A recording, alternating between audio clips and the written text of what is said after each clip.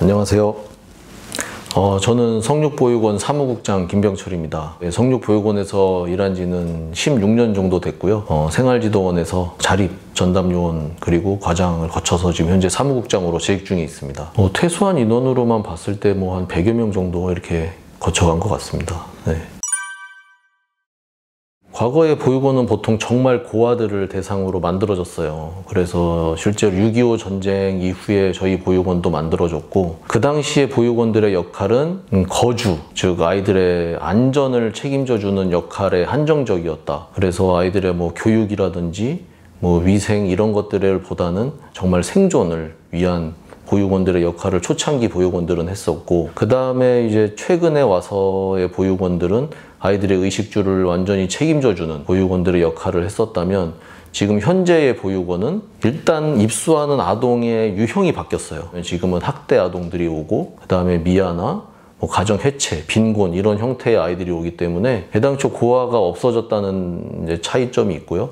두 번째로 단순한 이제 의식주의 제공뿐만 아니라 아이들의 성공적인 자립을 위해서 많은 것들이 지원이 이루어지고 있다라는 것이 과거 보육원들과의 차이라고 볼 수 있겠습니다.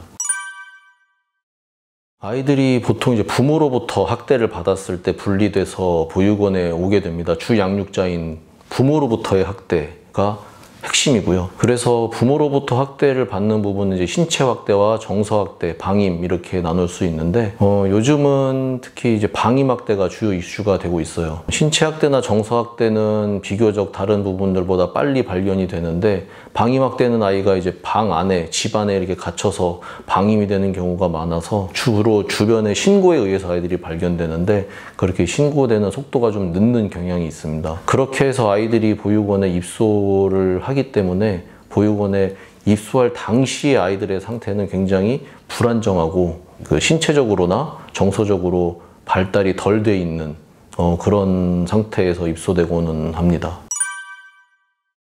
아이에게 바쁘다는 이유로 밥을 안 준다. 이것은 신체학대임을 알아요.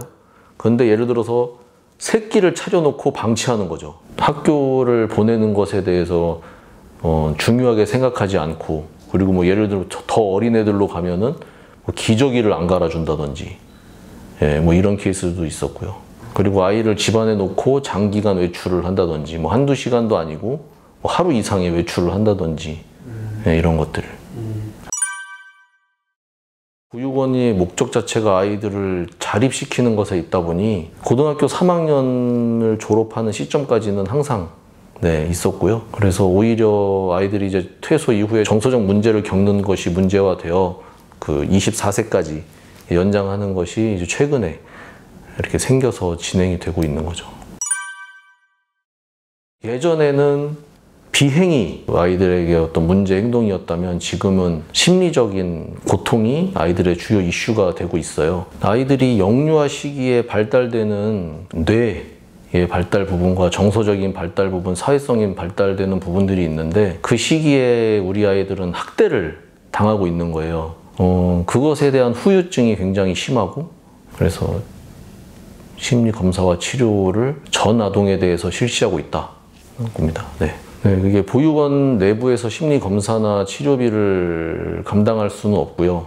이제 이것들을 정부에서 지원을 해주거나 아니면은 아이들을 위한 후원금으로만 충당이 가능해서 이 부분은 좀 도움이 많이 필요한 상황입니다.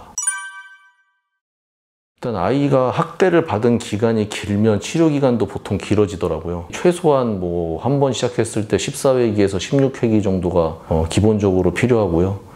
또 그렇게 해서 끝나는 것도 아니고 조금 쉬었다가 또 해야 되는 경우도 있고, 또 동시에 2가지 이상의 심리치료를 병행해야 되는 아이도 있고 해서 좀 그런 부분들이 많이 부담으로 작용하고 있습니다. 그 심리치료하기 전과 후의 모습은 아이가 심리치료를 받는 동안 성장하기도 하지만, 현장에서 발생했을 때 그 모습을 생각한다면 정말 크게 변화하죠. 올해 근무하면서 특별하게 생각나는 사례는 입소할 당시에 굉장히 또래 연령에 비해서 왜소하고 머리숱이 없는 아이가 있었어요. 그래서 이 아이가 입소한 이후에 꾸준한 영양 공급 그리고 심리검사나 심리치료들을 통해서 갑자기 몸이 굉장히 빠르게 성장을 하고 그 샤프심이 머리에서 막 나는 것처럼 머리숱이 막 올라오는 거예요. 당연히 그런 학대를 받았을 때 굉장히 많은 심리적인 타격을 입었을 거고, 근데 이런 것들을 지원해 줄 수 있는 예산이 굉장히 부족했는데 결연 후원금을 통해서 굉장히 건강한 모습으로 성장해 있거든요. 그래서 그런 부분들이 너무 기억에 남습니다. 보육원 아이들은 뭐 특별히 더 공격적이고 많은 도움이 필요하고 불쌍한 아이들이다라는 좀 생각들을 하고 계시는 것 같아요. 그래서 아이들이 학교에서 문제를 일으키면 보육원 애라서 그래 뭐 이런 식으로 말씀하시는 경우도 봤고, 또 뭐 보육원 아이들이라면 무조건 뭐 도와줘야 돼서 불쌍한 아이들 이렇게 생각하시는 경우도 좀 있는데, 그런 부분들이 좀 많이 없어졌으면 좋겠습니다. 다 똑같은 아이들이고 그 연령대의 아이들이 갖는 특성을 그냥 보여줄 뿐인데 보육원 아이들이라고 해서 도드라지게 그러는 것처럼 느껴지는 경우가 있는 것 같아요.